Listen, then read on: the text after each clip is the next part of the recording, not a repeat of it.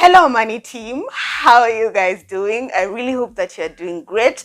Over here I'm super fantastic. Thank you so much for clicking on this video, and it is with so much joy that I want to welcome you to today's class, which is the 8th episode of Weka Shillings with the money team. Well, in case you're new here, hi, my name is Ms Rombo and I'm always your host on this particular channel.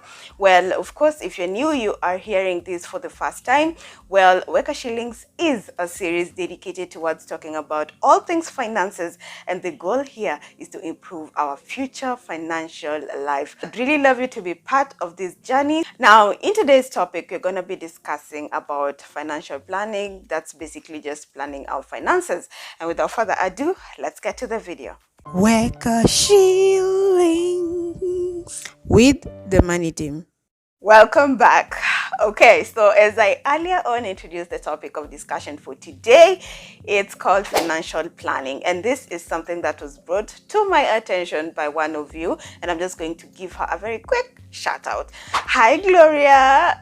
It is so much joy that I'm going to be tackling this particular topic, and I hope that it will be as helpful as possible. Okay, so let's start with the definition of financial planning.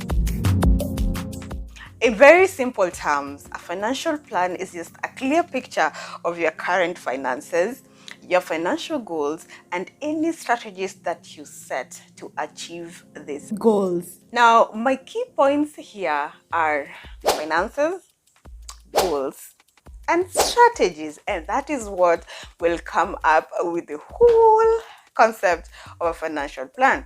Okay, so let's start with finances. Now here we're going to be speaking about some of calculations and amounts, which for me will seem easy because I will just be like talking. I won't be going deep into doing the practical bit. But if you feel like you need me to do a practical bit of it, please let me know in the comment section. I sure will come through. Okay, so when I speak about this thing called finances, I'm just talking about you knowing the amount of money that you can work with, and this has to be something that you actually know is there.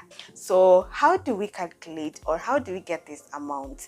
Now let's go back to your money coming in, which is your earnings or income. Okay, and let's lay down your expenses. Okay, all right. You see where this is leading us to? It's leading us to having a budget. Now what a budget does, it helps you track money.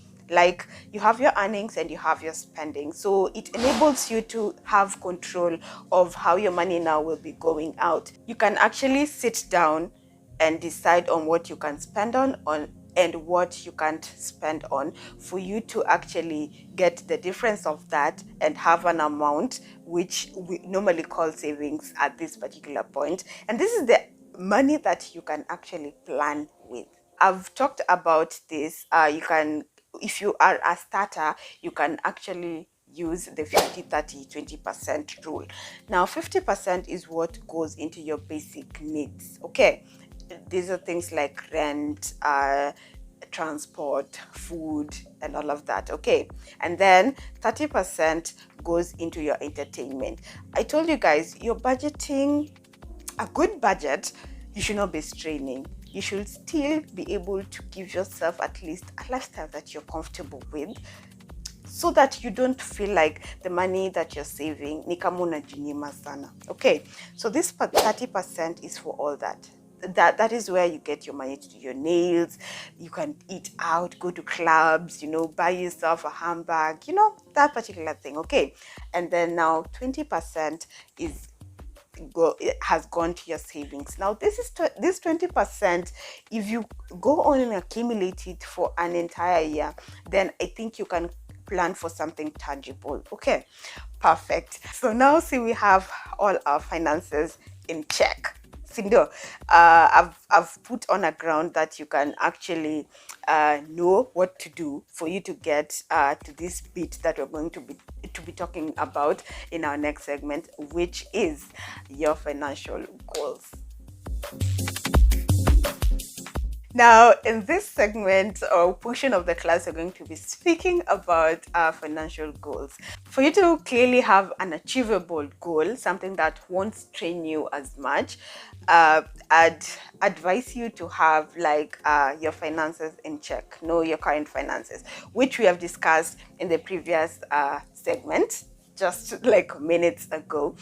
But ideally, people will always tell you to have the goal and then plan for those finances.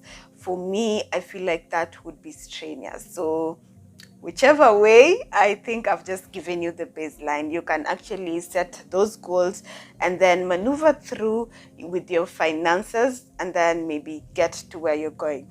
But for me, it's just practical enough to know what I have at the moment and then plan for it. Okay, so let's talk about the financial goals. And these are just like a target, a target that you've set. Like by the end of the year, even saving is actually a goal.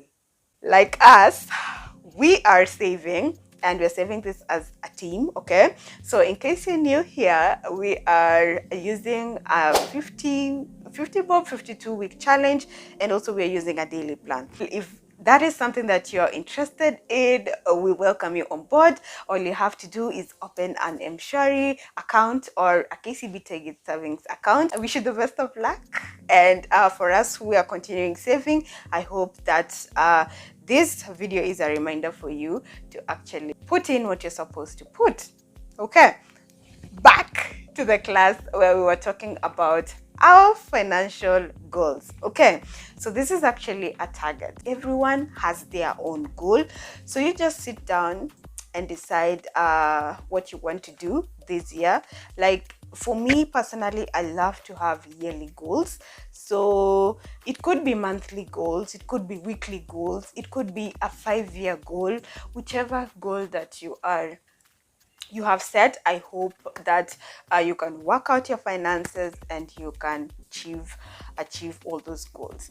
Now, to achieve all these goals, you have to have strategies in plan. A plan is not a plan without strategies. So that brings us to our next segment, which we'll be going to talk about financial strategy. Okay, so you have the goal and you have the finances. You can just sit down and clearly jot down some of the things you can do for you to achieve these goals that you've set in relation to your current finances. I think with the strategy bit, this is not something that I can widely speak about because now at this point, people have different finances. People have different goals.